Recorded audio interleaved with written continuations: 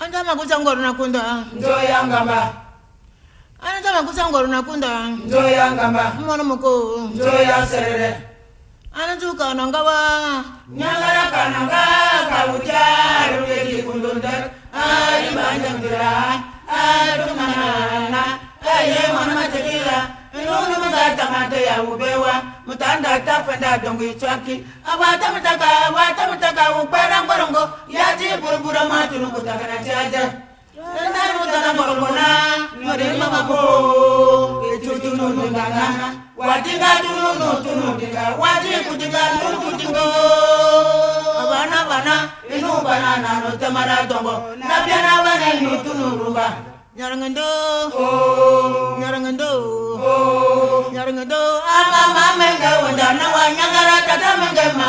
Bonjour à tous et bienvenue dans cette nouvelle édition de Retour aux sources. La naissance et la gestion d'un village nécessitent une organisation communautaire, d'où notre intérêt pour la chefferie du village Koussé, un processus riche en histoire et reflétant les valeurs et les croyances de cette communauté. Si elle a trouvé ses racines dans les sociétés coloniales où le chef était choisi en fonction de sa bravoure et de son leadership, sa capacité de leadership, dans le village Koussé comme dans beaucoup d'autres villages, le chef est un médiateur, est un protecteur, mais également un décideur. Écoutons plutôt le récit.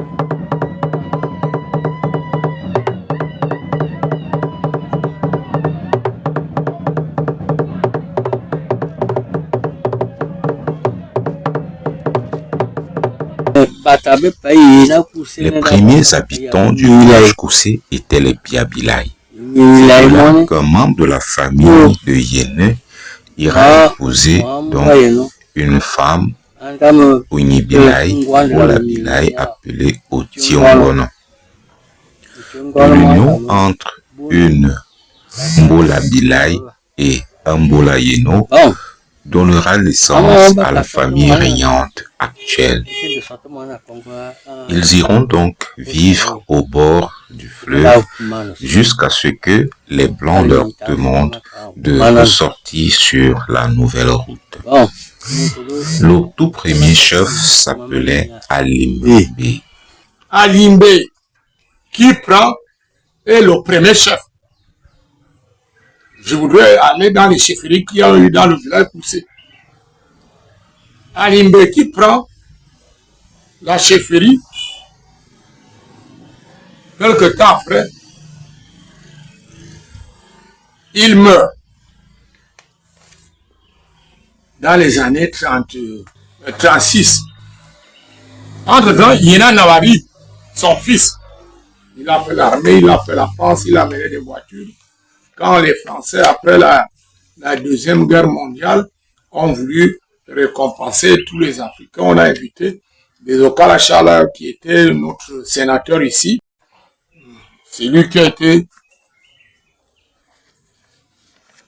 le tout premier maire qui a déplacé la mission catholique qui était à Betamba pour donner aux Suisses, pour que l'institution camerounaise, c'est lui qui a cédé ce terrain pour qu'on aille en Tui. La mission catholique était à Betamba. C'est au cas là qui cède étant maire aux Suisses, là où il y a l'institution camerounaise de l'enfance. Donc, il fallait la récompense de l'effort de guerre, les négriers qui ont participé. C'est là on prend tous les chefs ici, on les amène.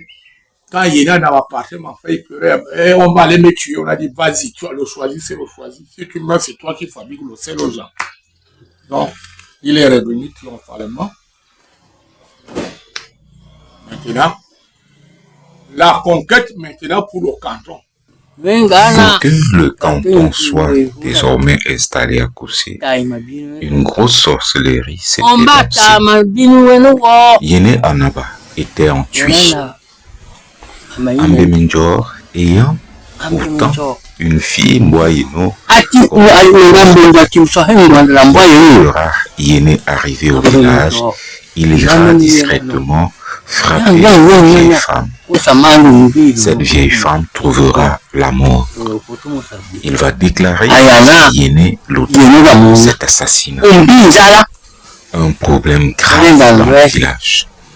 À l'époque, c'est à Bafia que se réglaient les problèmes. N'eût été l'intervention du bon Dieu, Yéné ne sera pas emprisonné. C'est après que Alimembe trouvera également la mort. Il décède. Donc, le canton n'était pas à Koussé. Le canton était à Nartigal. C'est Aoulou Mongo qui était le tout premier chef de canton.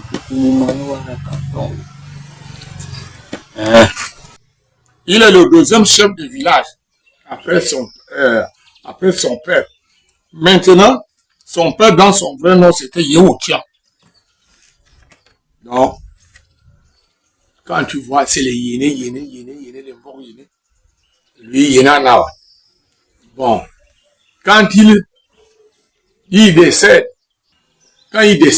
le troisième chef sera son fils, son fils Tchangwayeno, appelé Rémi Mamadou. Après Tchangwayeno, c'est Alima Yéné Roland dit que vous avez connu du regretter. Et maintenant, nous sommes au cinquième chef du village de Koussé. Yéné François. Le cantonat, on est au septième chef du cantonat. Le cantonat, le premier chef de canton, a été installé au temps des Allemands. En 1890, au nom de Aoun Mongo, qui va régner. Juste la même première guerre mondiale qui arrive, à Ounumongo, les Allemands étant défaits avec la coalition française et anglaise, amènent dans leur fuite à Ounumongo. On lui laisse je ne serai pas les îles, donc on l'a déporté à l'île de Ferrand-d'Opo. Son intérim est assuré par son frère Adjikoun. Maintenant, il a laissé une femme au nom de Mbola Thérèse, très puissante, qui voulait ravir le pouvoir. L'intérim est assuré. Chose faisant, à l'île de Ferrand-d'Opo, on libère Aoun Mongo, qui rentre à Nachigal. Arrivé, il a été dans les conditions de torture, il a attrapé une tuberculose. Mais pour en pareiller, son frère a fait toutes les tractations pour prendre le pouvoir, mais sa femme était un grand bouclier, un Mbola Thérèse très puissante, pour que son frère se débarrasse après la mort de Aoun Mongo, parce qu'il ne pouvait plus gouverner, c'est son frère qui gouvernait sur ordonnance, avec sa veuve là. Maintenant, quand il décède, la femme veut prendre, le gars devait utiliser les astuces, il fallait envoyer. Et Mbola Thérèse, il y avait les trucs, les missionnaires à Betamba. Comme je vous ai dit que la première mission catholique était à Betamba. Il y avait ce qu'on appelait le Siksa. Là, il fallait refaire les jeunes femmes, les femmes se confesser, apprendre comment diriger, comment respecter le foyer. C'est là où elle est débarrassée. C'est là où Adjikoun devient chef.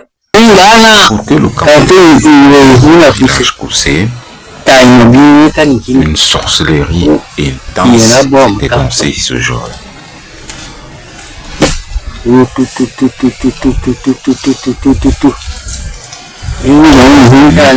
Arraché le canton. En 1959, Yéné décède. Le village Adjikoun va reprendre le canton. Donc rentre à Natigal. L'office de Yéné appelé Tchong avive une grosse sorcellerie encore vaste. Ils allaient attendre le prophète qui partait le chef de subdivision. Dès que Tchongo est sur la tombe de son maître, il va recevoir une grosse gifle. Il posera son pied sur la tombe de l'ancien chef et rajoute ainsi le pouvoir. Tchongo devient chef. Un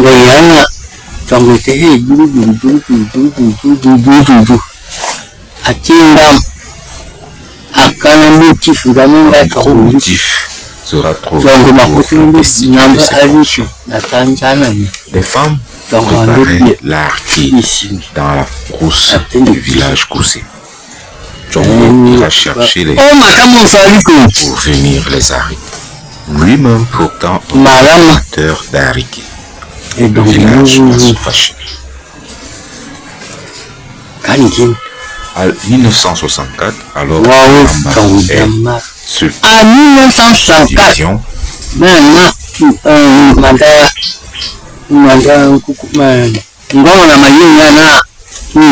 dernier va que les salariés ont mangé l'argent de l'impôt. Chercher un peu le temps. Fouiller pris les chefs. Beaucoup de villageois ont décédé au cours de cette expérience à cause d'un gouvernement de vivre en cachette.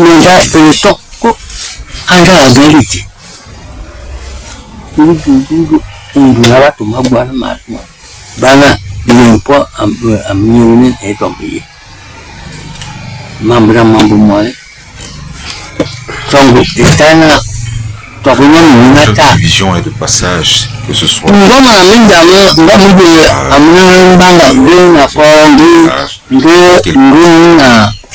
la chefferie. Que le chef tous les chefs de sous-division seront donc désemparés, ne comprenant pas que le village puisse rester comme ça. Qu'un chef est sous la... Après le débarras, après Adikoulou, sa mort, son frère, Haïti Antoine, troisième chef après, prend le pouvoir. C'est cet Haïti Antoine que la gestion n'était pas acceptée par l'administration. Il y avait l'impôt forfaitaire. Chaque année, il avait un manquant. Des réunions à Bafia. Il n'assistait pas. Il est à la sous-préfecture d'Intui. Il n'assistait pas. C'est là où Yena Nawa, rentrant de la première, de la deuxième guerre mondiale, tout puissant, ravit la vedette, il prend le canton. Donc, c'est au niveau de Yena Antoine, ici Antoine, que Nachigal perd dans les années 37-38, 37-38. Maintenant, après la mort de Yena Nawa, il y aura eu un passage à vide. Yena Nawa qui meurt le 23 décembre 1959. Sa femme venait lui donner le souper d'une viande. Il est mort avec un morceau de viande, c'est une anecdote dans la bouche. Non. Yena Nawa, il y a eu trêve. De 3 ans, il n'y avait pas de chef de canton. C'est là où on nomme Haïti Antoine. Haïti Antoine qui est nommé brille aussi par l'ivrognerie, par la paresse et tout. Il est dépossédé. C'est là où on met Tchangayeno. Tchangayeno aussi a dit même motif, ivrognerie, paresse. Donc la succession des chefs là, l'impôt forfaitaire était leur argent. Donc, nous sommes au 7e chef de canton. Les gens forts qui ont marqué. Il y a eu Yenana, qui a été un chef très puissant. C'est lui qui a amené le nom. On l'a surnommé le conquérant. Un homme du village faisait des études en sciences appliquées à un nommé Alimayeno. C'est ainsi que le village décide d'aller le chercher parce qu'il ne peut rester sans.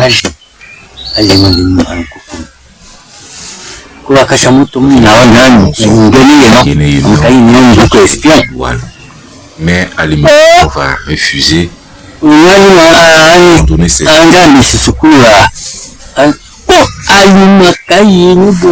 Ce monsieur d'Alimayeno était très intelligent. S'il avait poursuivi ses études, on ne sait vraiment pas ce qu'il aurait pu devenir. Il était très intelligent.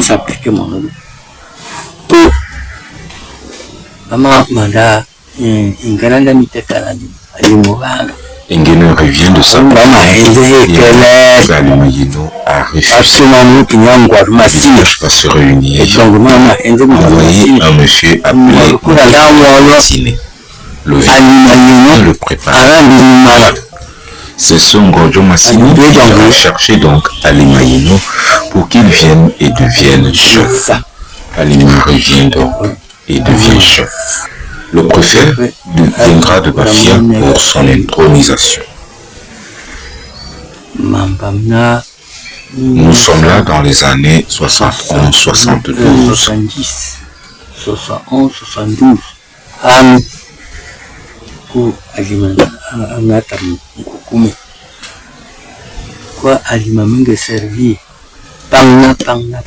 Ce dernier va servir très bien son village. N'eût été la mort, Alimayeno serait encore au pouvoir. Il décède en 2012. Il sera remplacé